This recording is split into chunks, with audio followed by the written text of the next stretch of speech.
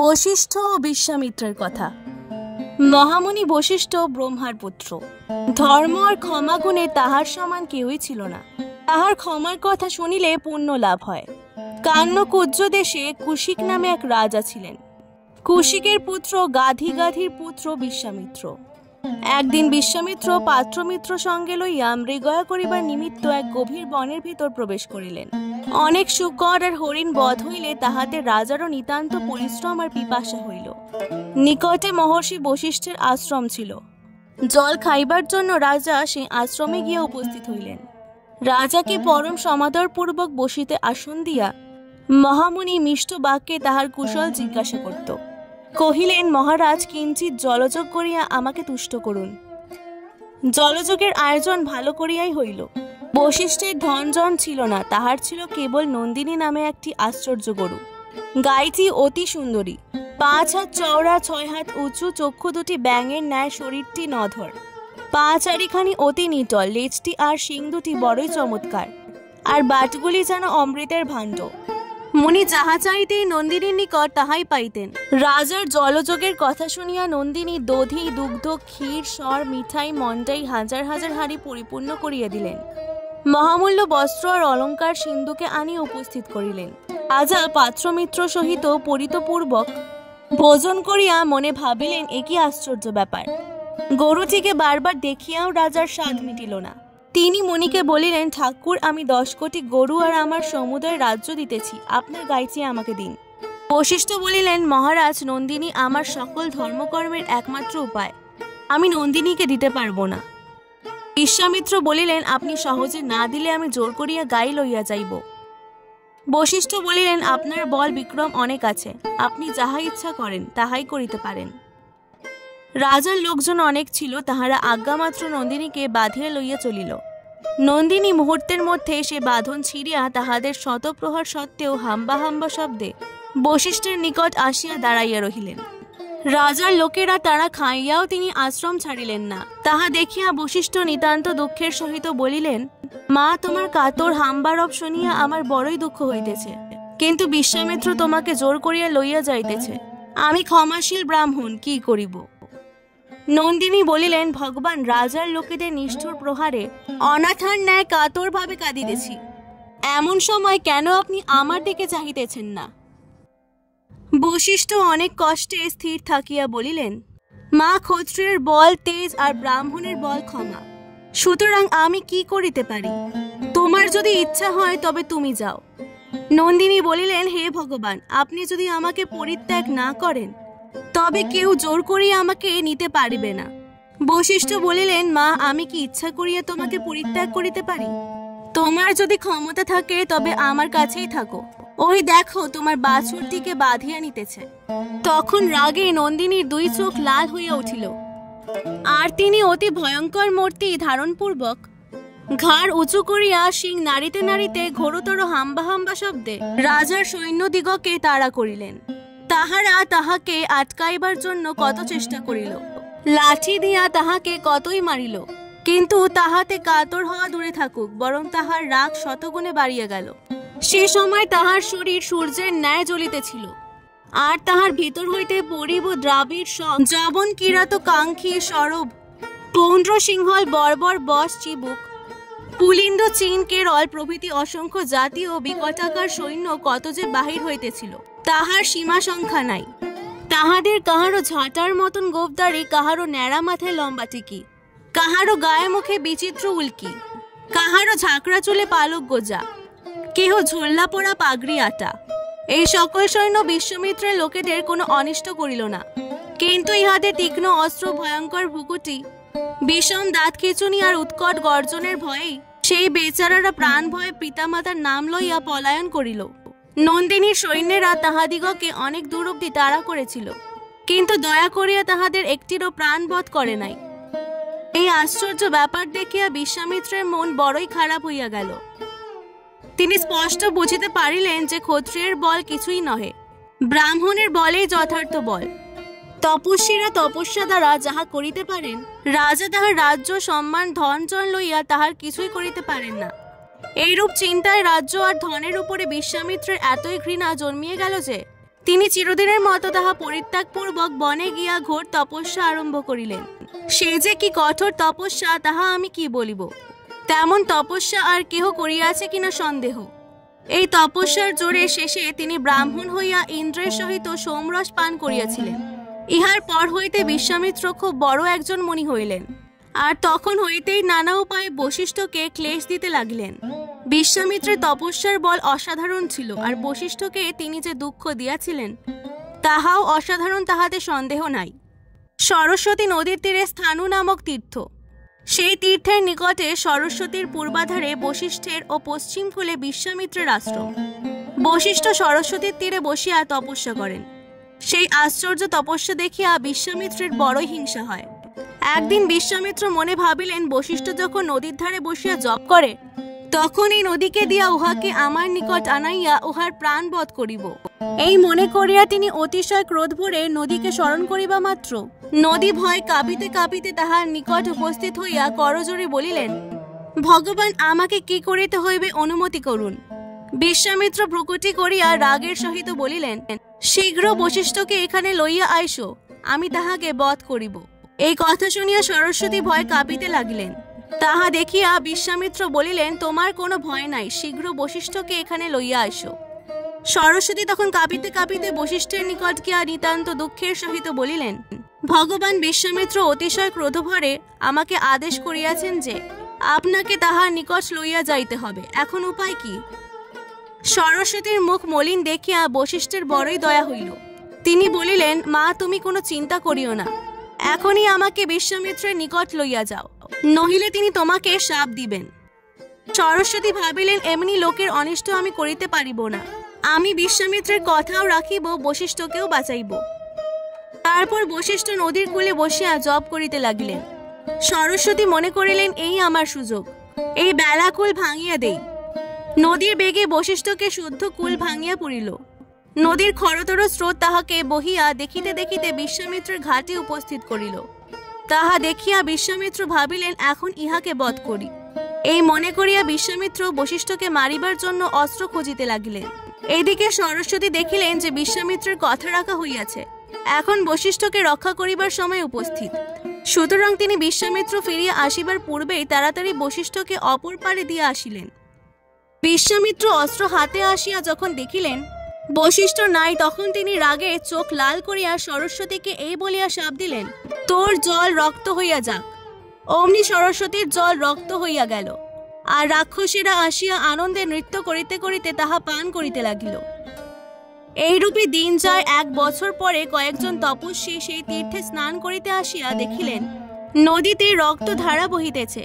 ইহাতে তাহারা নিতান্ত আশ্চর্য হইয়া জিজ্ঞাসা করিলেন, হে সরস্বতী, তোমার এমন দশা কি করিয়া হইল? সরস্বতী কাঁদিতে কাঁদিতে বলিলেন, বিশ্বামিত্রের শাপে আমার এই দশা হইয়াছে। এই বলিয়া তিনি তপস্বী দিগকে সকল কথা জানাইলেন। তাহারা বলিলেন, এমন কথা, আচ্ছা মা, আমরা তোমার দুঃখ দূর করিয়া দিব। তারপর সেই দয়ালু তপস্বীগণ সকলে মিলিয়া শিবের আরাধনা করিতে লাগিল এবং মহাদেব তুষ্ট হইয়া তথায় উপস্থিত হইলে তাহারা বলিলেন, ভগবান, দয়া করিয়া নদীর দুঃখ দূর করুন। এ কথায় মহাদেব তথাস্থ বলিবা মাত্র সরস্বতীর আবার পূর্বের ন্যায় সুমিষ্ট নির্মল জল হইল। বশিষ্ঠের 100 পুত্র ছিলেন, তাহাদের সকলের বড়টির নাম ছিল শক্তি। একবার কলমাসপাদ নামক অযোধ্যার এক রাজার সহিত শক্তির বিবাদ হইল। রাজা রথে চড়িয়া যাইতেছিলেন, শক্তি পথের মাঝখানে ছিলেন। রাজা শক্তিকে বলিলেন, এই যে পথ ছাড়িয়ে দাও। শক্তি মিষ্টভাবে বলিলেন, মহারাজ, এ তো আমারই পথ, কেননা শাস্ত্রে আছে রাজা সকলের আগে ব্রাহ্মণ দিগকে পথ ছাড়িয়া দিবেন। এইরূপে দুজনে পথ লইয়া এমনই তর্ক আরম্ভ হইল যে শেষে রাজা রাগে অস্থির হইয়া শক্তিকে চাবুক মারিতে লাগিলেন। ইহাতে শক্তি ও ক্রোধভরে রাজাকে এই বলিয়া শাপ দিলেন, তুমি যেমন রাক্ষসের মতো ব্যবহার করিতেছ তেমনই তুমি রাক্ষসী হও।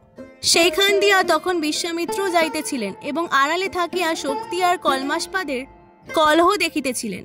শক্তি কলমাসপাদকে রাক্ষস হও বলিয়া শাপ দিবা মাত্র বিশ্বামিত্র কিঙ্কর নামক একটি রাক্ষসকে সেখানে দেখিতে পাইয়া তাহাকে কলমাসপাদের শরীরে ঢুকাইয়া দিলেন। কলমাসপাদ শক্তির শাপে ভয় পাইয়া বিনীতভাবে ক্ষমা প্রার্থনা করিতেছেন। এমন সময় রাক্ষস তাহার ভিতরে প্রবেশ করাতে হঠাৎ তাহার মাথা খারাপ হইয়া গেল। তখন তিনি আর ক্ষমা প্রার্থনা না করিয়া সেখান হইতে প্রস্থান করিলেন। পথে এক ব্রাহ্মণ তাহার নিকট মাংস চাহিলেন। রাজা তাহাকে বলিলেন, একটু বসুন, মাংস আনিতেছি। বাড়ি আসিয়া রাজার সমস্ত দিনের ভিতরে একথা মনেই হইল না। 2 প্রহর রাত্রিতে হঠাৎ তাহার চৈতন্য হইলে তিনি তাড়াতাড়ি পাচককে ডাকিয়া ব্রাহ্মণের নিকট মাংস ভাত পাঠাইতে বলিলেন। কিন্তু চাকর অনেক খুঁজিয়াও মাংস পাইল না। রাজার ভিতরে রাক্ষস, তাহার বুদ্ধি শুদ্ধিও এতক্ষণে রাক্ষসের মতোই হইয়া গিয়াছে। তখন তিনি পাচককে ধমক দিয়া বলিলেন, কেন, শ্মশানে কত মানুষ পড়িয়া আছে, তাহার মাংস আনিয়া রাঁধো না। পাচক রাজার আজ্ঞায় তাহাই করিল, আর সেই মানুষের মাংসের ব্যঞ্জন আর ভাত ব্রাহ্মণের নিকট পাঠাইয়া দেওয়া হইল। ব্রাহ্মণ অতিশয় তেজিয়ান তপস্বী ছিলেন। তিনি সেই মাংস দেখিবা মাত্র সকল কথা জানিতে পারিয়া রাক্ষস হও বলিয়া রাজাকে শাপ দিলেন। শক্তির শাপেই রাজার স্বভাব ক্রমে রাক্ষসের মতো হইয়া আসিতেছিল। তাহার উপর ব্রাহ্মণ এইরূপ শাপ দেওয়াতে রাজা একেবারে খেপিয়া গিয়া দাঁত কর্মর করিতে করিতে ছুটিয়া বাহির হইলেন। খানিক দূরে গিয়াই তিনি দেখিলেন তাহার সম্মুখে শক্তি। অমনি আর কথাবার্তা নাই। তবে রে বামুন, তুই না আমাকে রাক্ষস হইতে বলিয়াছিলি? আয়, তোকেই আগে খাই। এই বলিয়া তিনি মুহূর্তের মধ্যে শক্তির ঘাড় ভাঙিয়া তাহাকে খাইয়া ফেলিলেন। বিশ্বামিত্র যে রাজার দেহে রাক্ষস প্রবেশ করিয়া নিশ্চিন্তে ছিলেন এমন নহে। তিনি ক্রমাগতই সংবাদ লইতেছিলেন ইহার পর কি হয়। যেই তিনি দেখিলেন রাজা শক্তিকে খাইয়াছে, অমনি তিনি বশিষ্ঠের আর 99টি পুত্রকেও খাইবার জন্য সেই রাক্ষসকে লেলাইয়া দিলেন। সিংহ যেমন শিকার ধরিয়া খায়, মনের ইঙ্গিত পাইবা মাত্র রাক্ষস সেইরূপ করিয়া শক্তি নিরপরাধ ভাইগুলিকে একে একে চিবাইয়া খাইল। এই দারুণ সংবাদ যখন বশিষ্ঠদেব শুনিতে পাইলেন, তখন তিনি সামান্য মানুষের ন্যায় ব্যস্ত হইয়া উঠিলেন না। শোক তো তাহার হইয়াছিল, সেই শোকের আমরা কি বুঝিব। কিন্তু এমন শোক পাইয়াও তিনি এমন কথা বলিলেন না, আমার শত্রুর কোনরূপ অনিষ্ট হোক। অথচ তিনি ইচ্ছা করিলেই বিশ্বামিত্রকে সবংশে সংহার করিতে পারিতেন, এমন ক্ষমতা তাহার ছিল। সেই ভীষণ শোকের আগুনে পুড়িয়া বশিষ্ঠদেবের হৃদয় যেন একেবারে ছাই হইয়া গেল। ইহার পর আর এই অন্ধকার শূন্য সংসারে একদিনও বাঁচিয়া থাকিতে তাহার ইচ্ছা হইল না। দেহত্যাগ করিবার জন্য ব্যস্ত হইয়া তিনি মেরু পর্বতের চূড়া হইতে লাফাইয়া পড়িলেন। কিন্তু এমন মহাপুরুষের এভাবে মৃত্যু হয় ইহা ভগবানের ইচ্ছা ছিল না। তিনি বশিষ্ঠের দেহ তুলার মতো হালকা করিয়া দিলেন। আর বশিষ্ঠ তুলার মতো হাওয়ায় ভাসিতে ভাসিতে অতিশয় আরামের সহিত আস্তে আস্তে নামিয়া আসিলেন। দেহে একটি আঘাত বা আঁচড় পর্যন্ত লাগিল না। মৃত্যু কেমন করিয়া হইবে তখন বশিষ্ঠদেব ভাবিলেন। ওই বনের ভিতরে প্রচন্ড দাবানল জ্বলিতেছে, উহাতে প্রবেশ করিয়া প্রাণ ত্যাগ করিব। বশিষ্ঠদেব ছুটিয়া আগুনের ভিতরে গেলেন, কিন্তু ভগবানের কৃপায় তাহার পূর্বেই আগুন হিমের ন্যায় শীতল হইয়া গিয়াছিল। তাহাতে বশিষ্ঠের দেহ পুড়িল না। এইরূপে বশিষ্ঠদেব কোনো মতে মরিতে না পারিয়া আশ্রমে ফিরিয়া আসিলেন। কিন্তু সেই শ্মশানের মতো শূন্য আশ্রম দেখিবা মাত্র তাহার প্রাণত্যাগের ইচ্ছা দ্বিগুণ বাড়িয়া উঠিল। তিনি আবার সেখান হইতে ছুটিয়া বাহির হইলেন। বর্ষাকাল, নদীতে বান ডাকিয়াছে।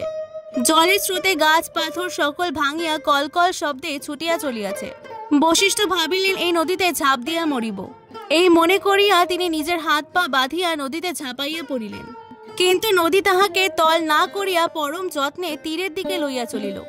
খরতর স্রোত তাহার পাশ কাটিয়া দিল। তাই মহর্ষি তীরে উঠিয়া নদীর নাম রাখিলেন বিপাশা। তারপর হায়, আমার কি কিছুতেই মৃত্যু হইবে না বলিয়া বশিষ্ঠদেব সংসারময় ঘুরিয়া বেড়াইতে লাগিলেন।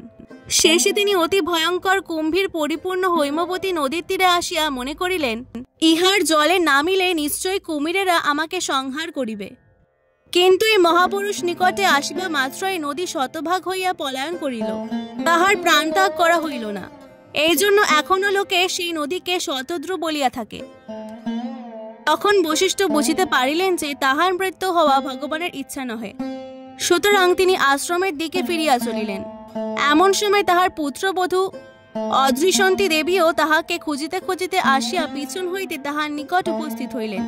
বশিষ্ঠদেব সে কথা জানিতে পারেন নাই। তাহার মনে হইল যেন কেহ তাহার পিছন হইতে অতি চমৎকার ভাবে বেদ পাঠ করিতেছে। ইহাতে মহর্ষি আশ্চর্য হইয়া জিজ্ঞাসা করিলেন, তুমি কে, আমার পশ্চাতে আসিতেছ? অদৃশ্যন্তী বলিলেন, ভগবান, আমি তপস্বিনী অদৃশ্যন্তী, আপনার পুত্রবধূ। মহর্ষি বলিলেন, মা, এমন সুন্দর করিয়া কে বেদ পাঠ করিতেছ? আহা, আমার শক্তির মুখে যেমন শুনিতাম মনে হইতেছে যেন ঠিক সেই রূপ। অদৃশ্যন্তী বলিলেন, বাবা, এটি আপনার নাতি জন্মিবার পূর্বেই সে বেদ পড়িতে শিখিয়াছে।